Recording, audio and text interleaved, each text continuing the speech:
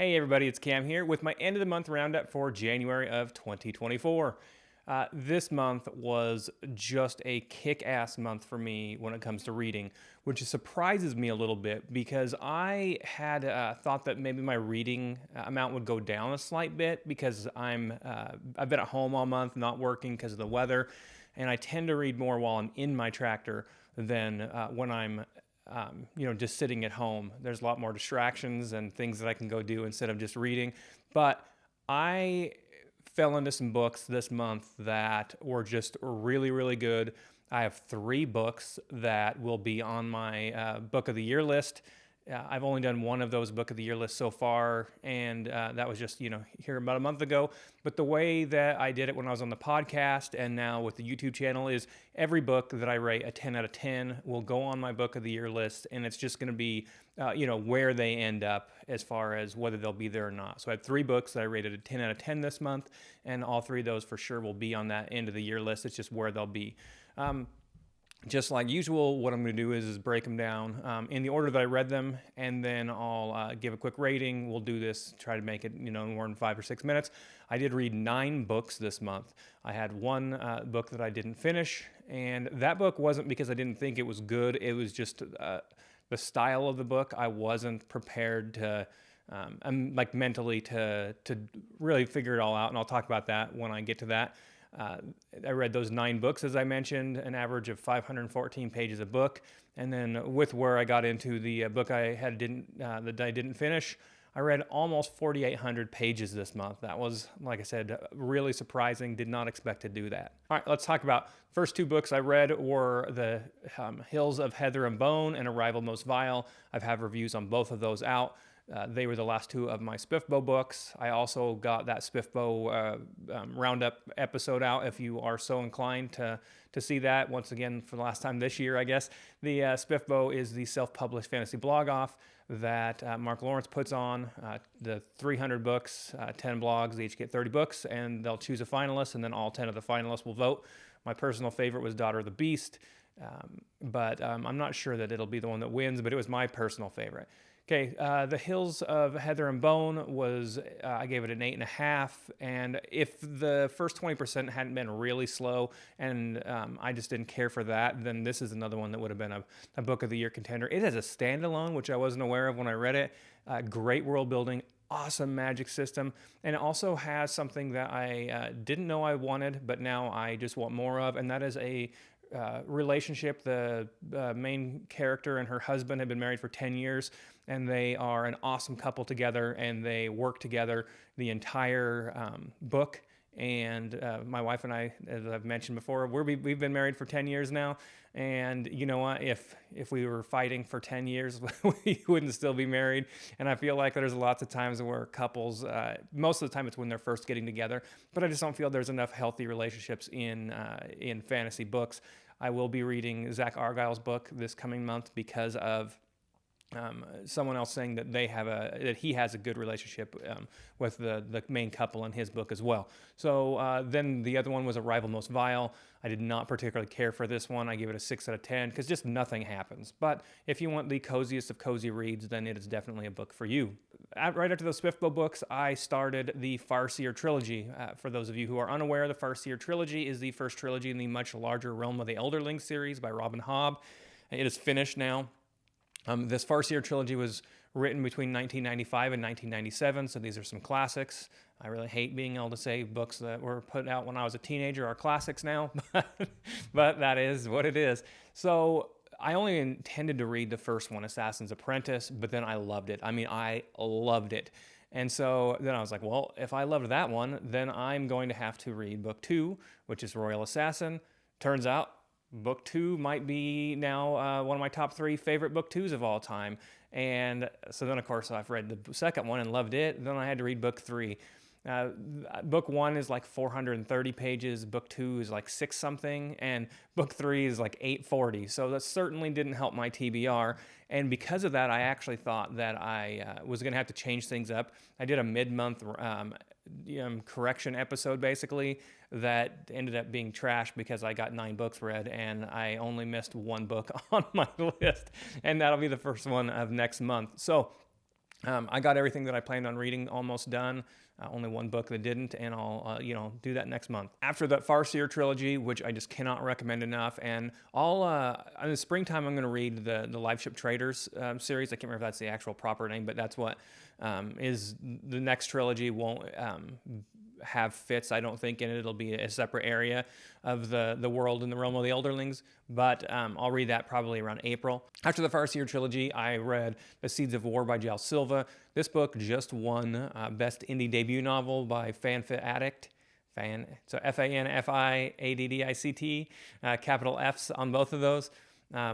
And so obviously some people liked it. Library of the Viking, a couple of other people that I have that I follow really, really love this book. It has a beautiful cover, and that's why I decided to read this. I gave it a 7 out of 10. I thought the world building was amazing. I thought the magic was really cool. It's a smoke-based magic. The first time you inhale it, it kills most people, and only the few people that live end up being, smokesmiths. And even using it continuously, it's like, really bad for your lungs, and eventually will kill you too. So if you want a magic system that really matters, then this is a good one. I liked all three of the point of view characters, except I didn't like the style of basically giving most of the world building as like mental images, as people are on their own, right?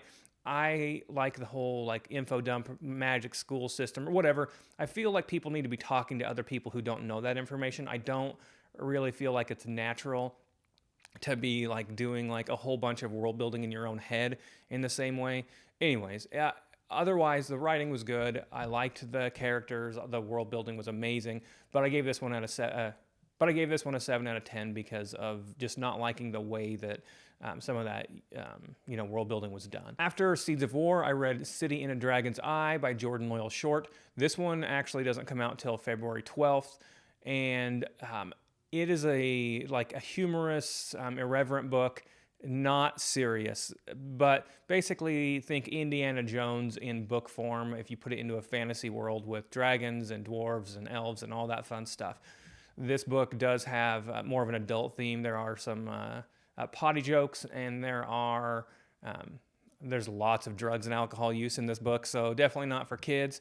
This one follows a main character who, if you use your magic too strongly in this world, it can give you cancer, basically, and then eventually that cancer will take over your body and make you go mad. He gets mixed up into a conspiracy with some people that are basically the Nazis of the story, and he thinks that maybe that he can find the magical artifact they're trying to find, think like the Holy Grail and the Raiders of the Lost Ark, but he never, you never think he's going to join the Nazis. He always thinks they're bad. So while there is, a lot of racism, it's always, bad. I really like this book, actually.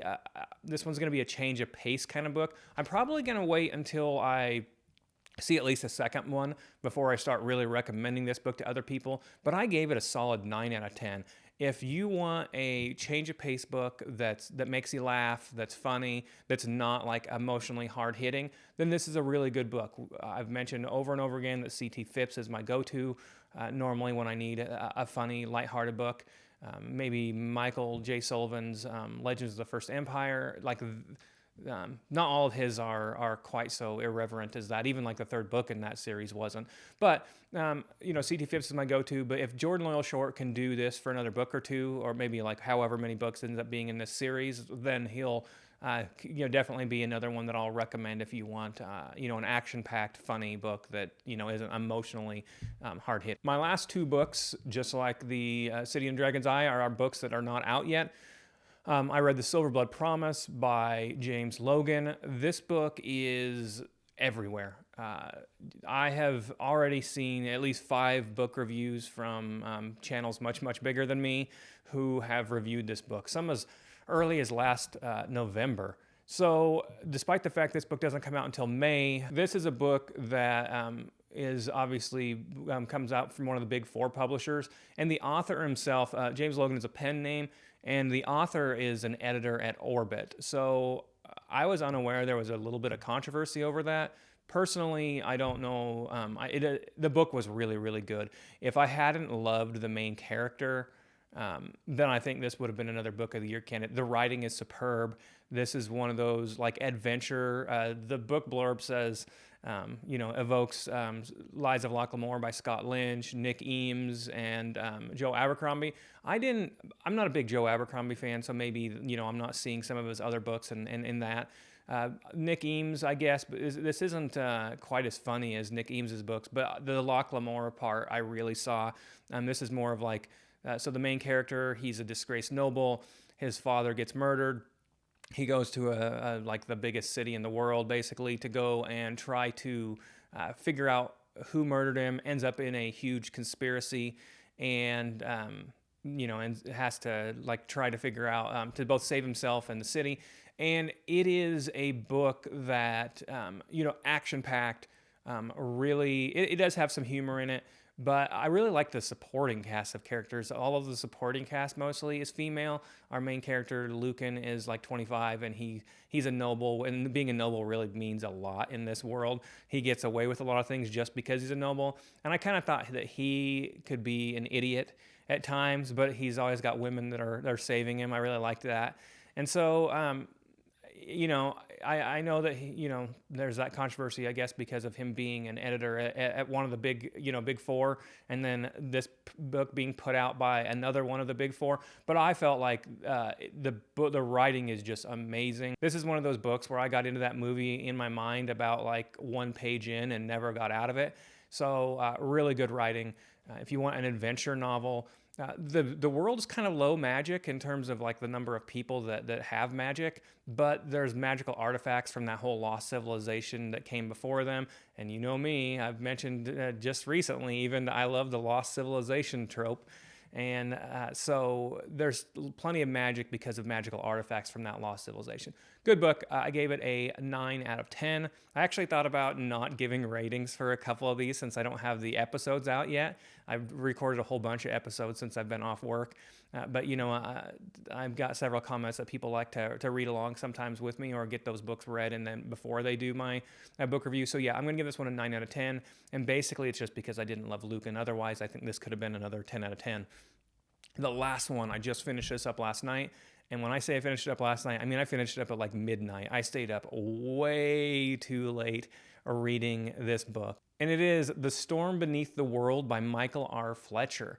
Now, it kind of sounds crazy that as an indie grimdark reader for the last 10 years, I never read a Michael R. Fletcher book. And I don't really know how that happened.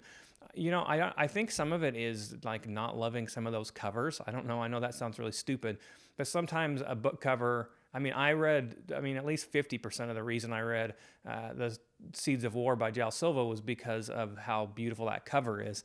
And I've never really cared for some of those covers. And I don't necessarily love this cover either, but I was like, you know what? I need to read a Michael R. Fletcher book at some point, and he had this one coming out. So I thought this is a perfect time to do that. This book also doesn't come out until April, I believe. Amazing book. Everything is insect based. There's no humans at all. The main characters kind of remind me of like giant grasshoppers. I'll put a graphic up of what they look like. But matriarchal, like they have a queen that was the head of a hive before. Their mythology is that the gods gave them sentience, and so the males, even if the males are bigger, before they got sentience, they were like hive workers, right? So the females are the hunters. Like any female basically can kill a male. So matriarchal, the sexism goes, completely the opposite way of what you would expect it. One of the main characters is like the prettiest male that anyone's ever seen, and he's always having to worry about being sexually harassed. But this book, I really expected that it was going to take me a little bit of time to get into because you're dealing with like insects, right? And you're dealing with the way their caste system works is that like the lowest rung has one name and you go all the way up to 5 names. The queen, I think, has 6, but so like the very highest caste. But I still didn't find like I had any trouble remembering characters' names. Most people, you go by their first name. And so every time there was a chapter change, because there were 4 point of view characters, I found that was pretty easy right off the bat to figure it all out. It's still grimdark. He definitely abuses some of these characters. No one has a good go of things. I wouldn't call it like as far as if we're saying on the grimdark scale of like 1 to 5, I would probably put it more like a 2. Definitely firmly into grimdark, but not the darkest book I've ever read. I didn't find any, like that I found dispiriting, but it definitely was just a good book. And one thing, I think I've talked about this on the podcast in the past, but never on the show. There are excerpts from like various books at the beginning of every chapter that give a little bit of the world building. They're like a lot of them are a little bit funny too. It's like they'll be blasphemous, and then at the end it'll be like by this 3-name author shortly before they were cast into the abyss. I like that as a world building tool, and like I said, I'm sure I've mentioned this before on the podcast because I've seen some books in the past. I like that as a world building tool, actually. It's maybe like a paragraph or 2 long is all at the beginning of every chapter, but I don't know. I just think that's a cool tool. It's the same, another info dump kind of thing. And then the characters, they're all younger. They're like their version of teenagers, and they end up being corrupt, which they have a magical talent. A lot of people in this one seem to have magical talents. It's one of those things where it's very bad to have it. Eventually you'll go insane, some people very, very quickly. And magical talents can be anything. We're talking like one of the characters that's a side character has their magical talent is seduction. Another one's is invisibility. I mean, it could be cooking, gardening, whatever. Basically anything that you could want to do could potentially be a talent. And if you have that talent and you use it, it gives you like really intense pleasure, but then you start neglecting yourself. You don't clean yourself. You might not even eat or drink. And some people, like with dangerous talents, could go mad and kill people before they're taken out. So it's just a very intense book. I'm going to do a review on it here coming up. This book was a 10 out of 10, and it wasn't even a question for me. By the time I was 20% in, I was like, oh my God. I read like 300 pages of it last night from like 8 o'clock until midnight. And I mean, I thought I only had for some reason I thought it was like 350 pages long. It's almost 450. So I was like, okay, I'm just going to finish reading this tonight. And then I'm like, well, I'm still not done with this. I look and realize how long it is. And then I'm like, well, I'm not stopping now. So I stayed up way too late and just loved it. So those are the 9 books that I read. Here in a couple of days, I'll have my February TBR list coming out. And you know what? Thank you, everybody. This was a wonderful month for me. I feel like we're really starting to get some good audience participation. I've got 3 or 4 videos that have like 25 or more comments. And I'm really enjoying doing this. February is gonna definitely have a change for me as I go back to work more, and I'll have to figure out what I'm gonna do exactly. I think I have a pretty good idea in order to get a bunch of videos out for the whole year once I'm really, really busy, and I'll talk about that here in a few days. If you guys all had a wonderful January, thank you.